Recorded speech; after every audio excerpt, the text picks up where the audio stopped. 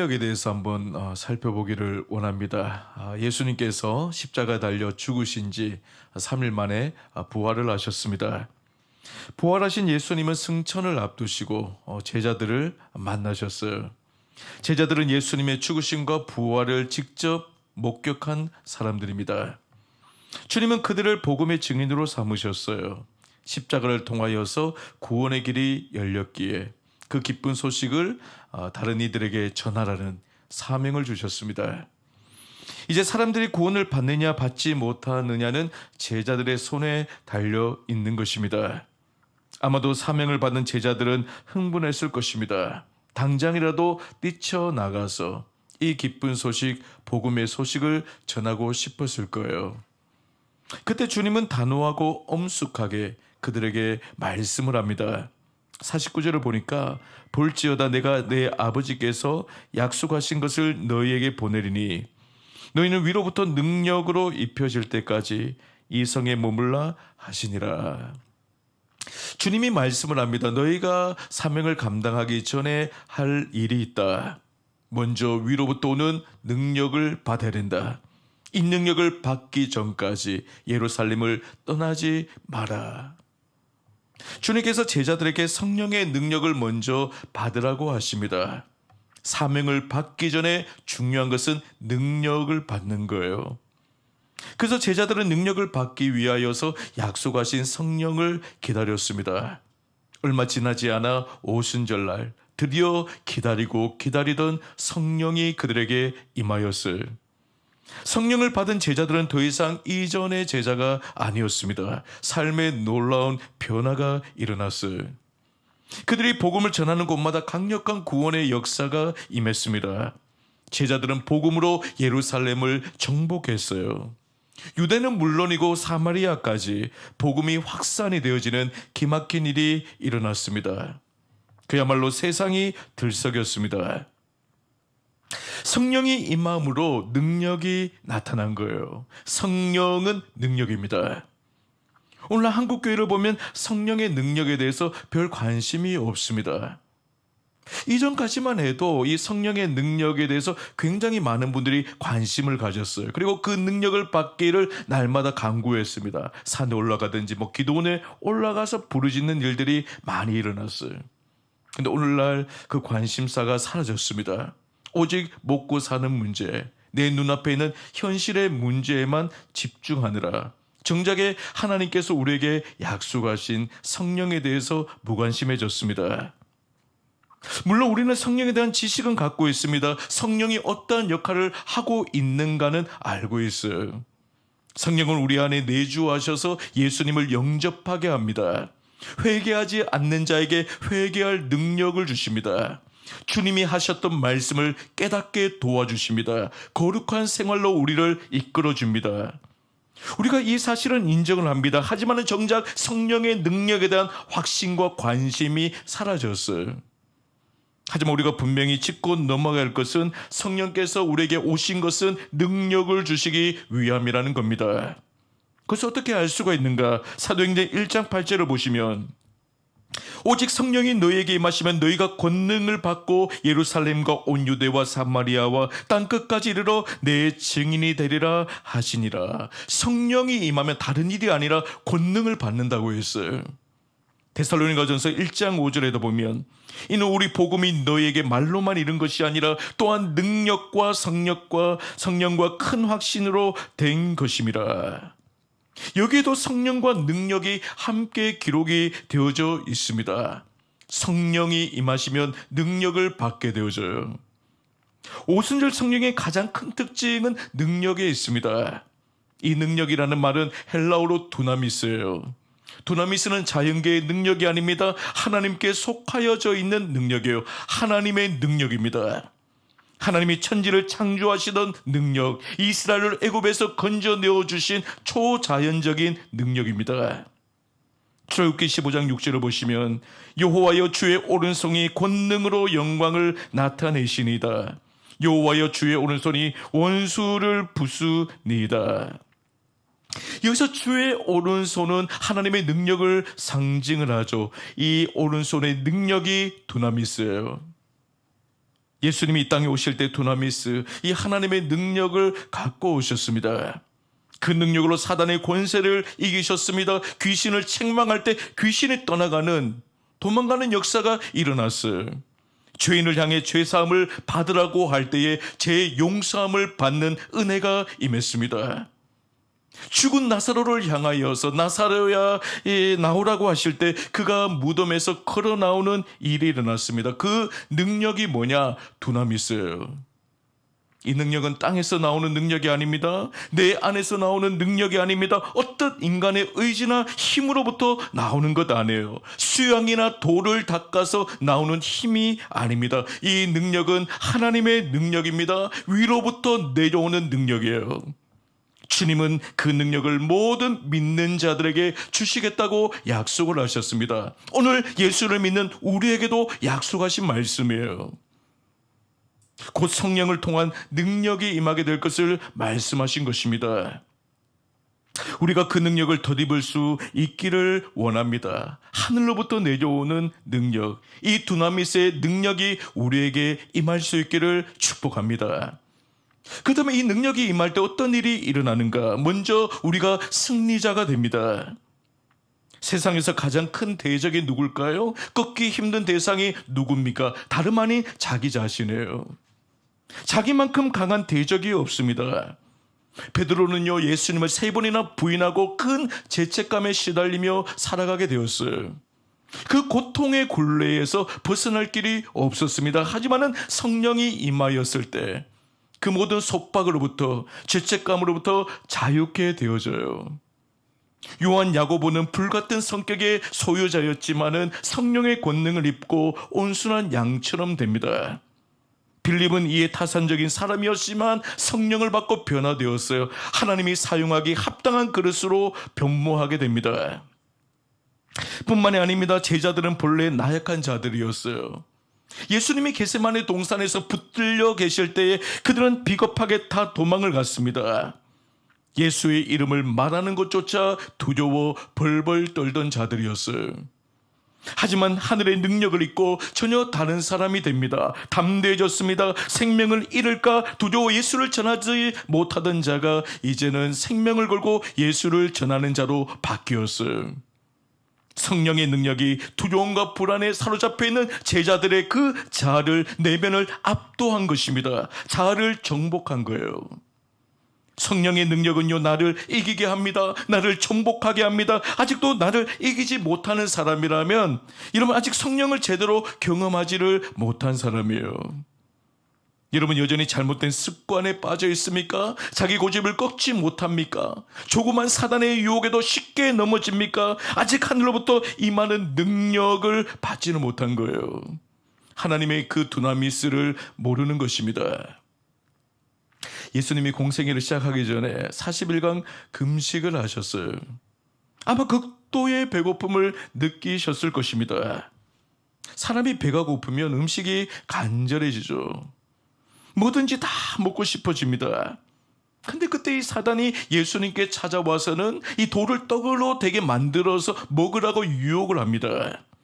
주님은요, 얼마든지 돌을 떡으로 바꿀 능력을 갖고 계세요. 하지만 그 유혹에 넘어가지 않습니다. 그 능력이 어디로부터 온 것입니까? 성령의 능력이에요. 누가복음 4장 1절을 보시면 예수께서 성령의 충만함을 입어, 이 부분이 중요한 거예요. 예수께서 성령의 충만함을 입어 요단강에서 돌아오사 광야에서 40일 동안 성령에게 이끌리시며, 광야에 들어가기 전에 예수님이 성령으로 충만해져 계셨다고 언급하고 있습니다. 성령의 능력을 덧입으셨다는 거죠. 그 능력이 얼마나 강력했던지 인간의 가장 기본적인 욕구마저 이기게 했어요. 뿌리치게 만들었습니다. 배고플 때 먹지 않을 수 있는 능력은 대단한 거예요. 제가 대구에서 사역을 할 때 이 담임 목사님께서 이 교육자들에게 늘 이제 하라고 하신 일이 있어요. 연초에 기도원에 올라와서 금식 기도하는 거예요.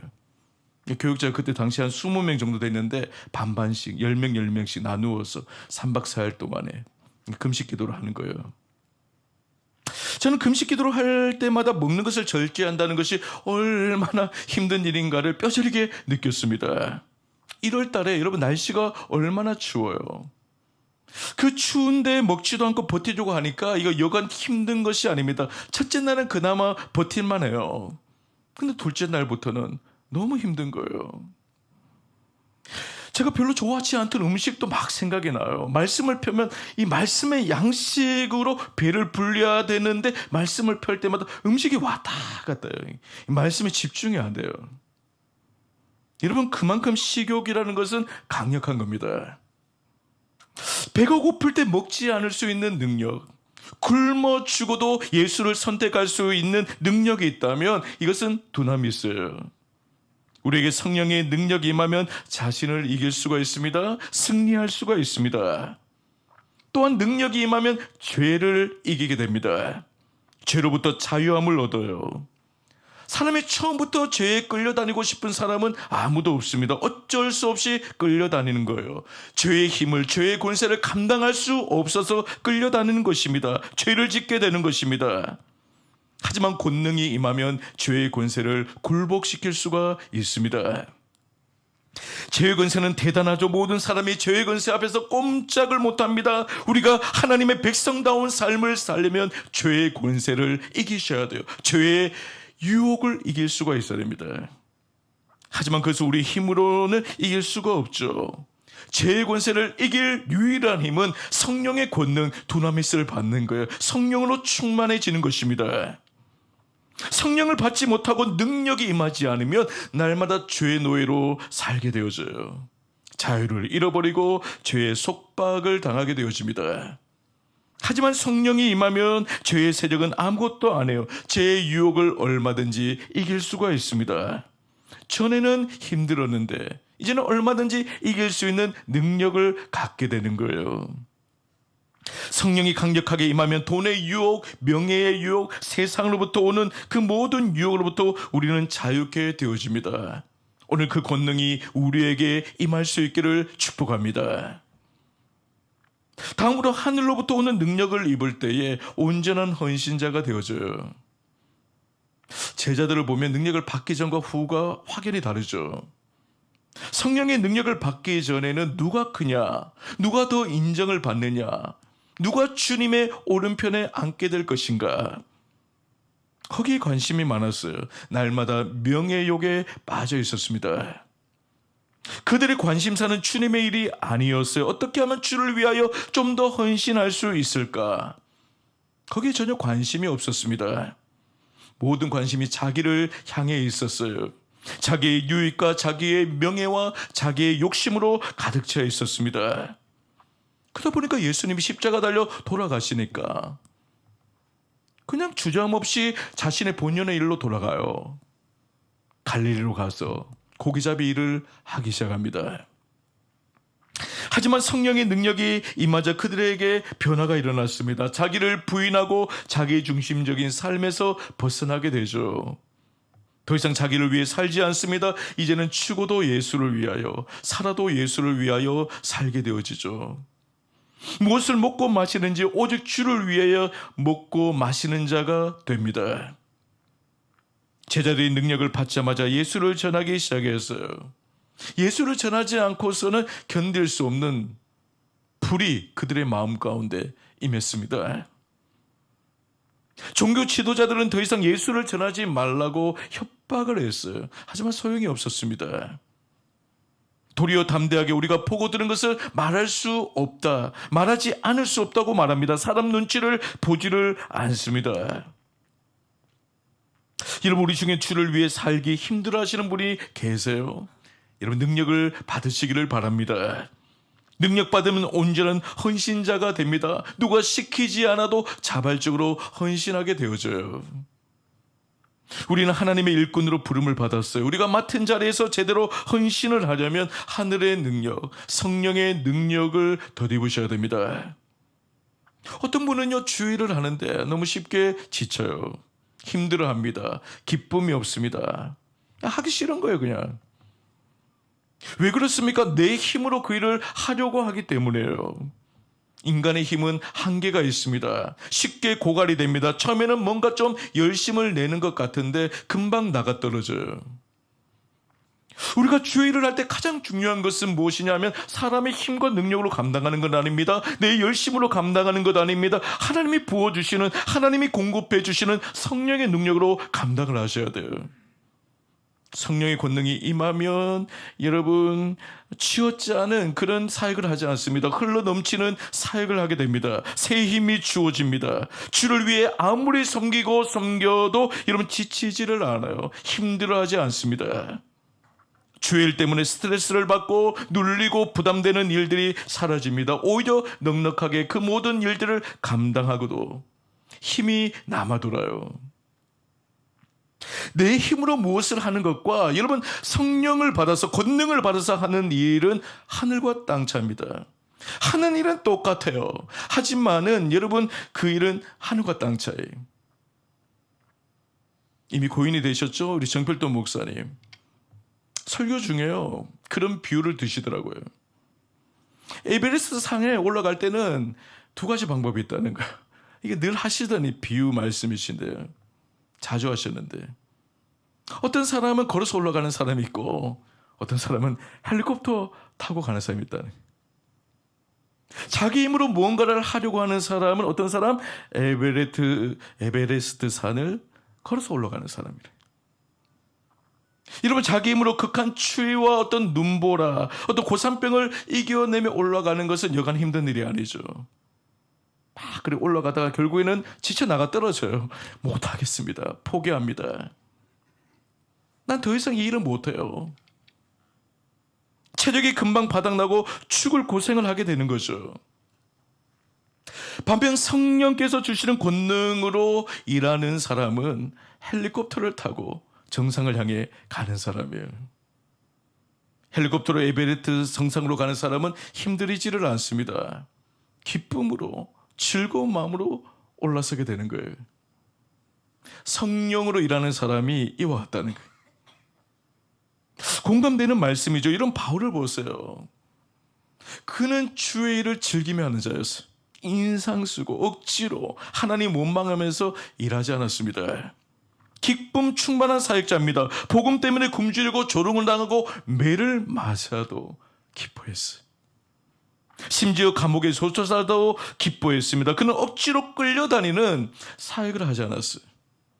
남이 시켜서 하지 않았습니다. 주도적인 사역을 했습니다. 자원함으로 기쁜 마음으로 맡은 일을 감당을 했어요. 이유가 무엇입니까? 자기의 힘이 아니라 성령이 공급해 주시는 그 능력으로, 두나미스의 능력으로 그 일을 감당했기 때문에요. 하늘로부터 임하는 권능을 입은 자는 모든 일에 자유를 합니다. 얽매이지 않습니다. 자발적으로 하게 되어집니다. 참된 헌신의 자리로 나아가게 되어져요. 하나님은요, 하늘의 권능을 받은 자를 사용하십니다. 두나미스의 능력을 받은 자를 사용하세요. 우리에게 권능이 없으면요, 무능한 삶을 살게 됩니다. 예수 믿는 사람이 권능이 없으면 세상 사람들로부터 무시를 당하게 되어져요. 예수 안 믿는 사람도 여러분 하늘의 권능이 그 사람에게 있는지 없는지 압니다. 여러분 주일학교 학생들도 목회자나 교사가 영권이 있는 사람인가 없는가를 다 알아요. 영물이기 때문에 그래요. 권능이 없으면 머리 잘린 삼손과 같이 되어집니다. 아무런 능력 행사할 수 없어요. 사람들의 조롱거리가 되어집니다. 하지만은 하나님의 능력을 더듬으면 우리는 하나님의 일을 대행하는 자가 되어져요. 하나님께서 사용하는 그릇이 됩니다. 이전에는 상상하지도 못했던, 감히 도전하고 시도하지도 못했던 일을 넉넉히 감당하게 되어져요. 그럼 D.L. 무디를 보세요. 그는 가난한 농부 출신으로 구두 수송공이었습니다. 제대로 배우지를 못해서 말씀을 전하는데 문법이 너무 자주 틀렸어요. 지적을 받았습니다. 그런데도 성령에 사로잡혀 강력한 부흥의 도구로 쓰임을 받았어요. 윌리엄 캐리는 근대 선교를 열었던 선교의 아버지입니다. 그도 구두 손성공이었지만은 하나님의 권능이 임하자 인도에서 상상을 초월하는 사역을 감당했어요. 권능이 임하면 나이나 어떤 학번이나 출신 배경은 상관이 없습니다. 하나님 앞에 온전한 헌신자로 능력 있는 사역자로 쓰임을 받게 되어져요. 전 우리 모든 성도가 주신 사명을 감당할 때 하늘의 권세와 능력으로 감당할 수 있기를 축복합니다. 성령의 기름 부으심으로 하나님 앞에 멋지게 쓰임받는 참된 헌신자가 되시기를 바라요. 마지막으로 능력을 받으면 풍성한 열매를 맺게 됩니다. 제자들을 보면 예전에는 한 사람도 전도를 못했어요. 하지만 하늘의 권능을 받자 한 번 말씀을 전했는데 3,000명이 이건 놀라우네. 3,000명이 회심하고 돌이키는 역사가 일어났어요. 우리에게도 이러한 하나님의 능력 두나미스가 필요합니다. 우리는 이 능력을 사모해야 됩니다. 이 능력을 받으면 우리 인생은 더 이상 마이너스가 아니라 플러스 되는 인생을 살게 되어져요. 예수를 믿는다는 게 뭐예요? 예수를 믿는다는 것은 하나님의 능력을 가졌다는 말과 동일한 것입니다. 두나미스가 임하면 인간의 한계를 초월합니다. 과거에는 엄두조차 못했던 일을 시도하게 됩니다. 나의 지성이나 경험이나 실력으로 하지 못했던 일을 하게 되어져요. 사도행전 4장 33절을 보시면 사도들이 큰 권능으로 주 예수의 부활을 증언하니 무리가 은혜를 받아. 여기 보니까 사도들이 큰 권능으로라고 되어져 있습니다. 권능이라는 이 헬라어 두나미스 앞에 수식어 큰이라는 이 수식어 붙어 있어요.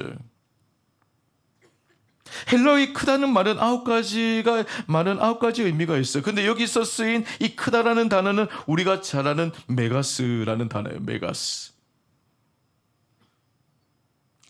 메가스는 100만 톤의 다이너마이트라는 뜻입니다. 그만큼 강력하다는 거예요. 여러분, 예수 믿는 사람은 어떤 사람입니까? 100만 톤의 다이너마이트와 같은 이 하나님의 능력을 가지고 일하는 사람이에요. 예수 믿는 사람은 초인이어야 됩니다. 우리가 성령을 받으면 이와 같은 능력을 경험하게 되어져요. 오늘날 재능을 가지고 있어도 빛을 보지 못하는 사람들이 있습니다. 근데 권능이 임하면 그 재능에 빛을 발하게 되어져요. 세상에 노래 잘하는 사람들이 많습니다. 근데 성령의 권능이 임하면 그 노래를 통하여 많은 이들의 마음에 깊은 감동을 남길 수가 있어요. 그냥 노래만 불렀을 뿐인데 그 마음속에 있는 상처와 아픔이 회복되어지는 역사가 일어납니다. 또 갈수록 그 재능이 극대화되어져서 더 크게 쓰임을 받게 되어져요. 지식이 많은 사람은 다른 이들에게 무미건조한 지식을 전달하는 경우가 많습니다. 근데 성령의 권능이 임하면 그 지식을 통하여 사람을 살려내요. 생명의 역사가 일어납니다. 베드로는 배운 것이 별로 없었습니다. 하지만 그에게 성령의 권능이 임하였을 때 하늘의 지혜가 그에게 주어졌어요. 그 지혜로 율법에 능했던 바리새인과 율법학자들을 압도해버리죠. 그가 가진 지식은 별것 아니었지만 권능이 임하니까 하루에 3,000명이 주님께로 돌아오는 역사가 일어났습니다. 여러분, 돈을 많이 가져도 하늘의 권능이 임하지 않으면 돈에 휘둘리는 삶을 살게 되어져요. 주님의 뜻대로 그 물질을 사용할 수 없게 되어집니다. 하지만 하늘의 권세가 임하게 되어지면 이 물질을 내가 지배하고 다스릴 수가 있어요. 하나님의 뜻을 좇아서 그 물질을 사용하게 되어집니다. 오늘날 돈의 노예가 되어 시달리고 고통하는 이들이 너무나도 많이 있어요. 하늘의 권세가 임하면요, 그 돈의 힘을 이길 수가 있는 것입니다. 권능이 임하면 나의 인생 경험도요 멋지게 들려 쓰임받을 수가 있어요. 과거에 겪었던 상처들, 슬픔들, 아픔들, 어려움들도 하나님께서 귀하게 사용하십니다.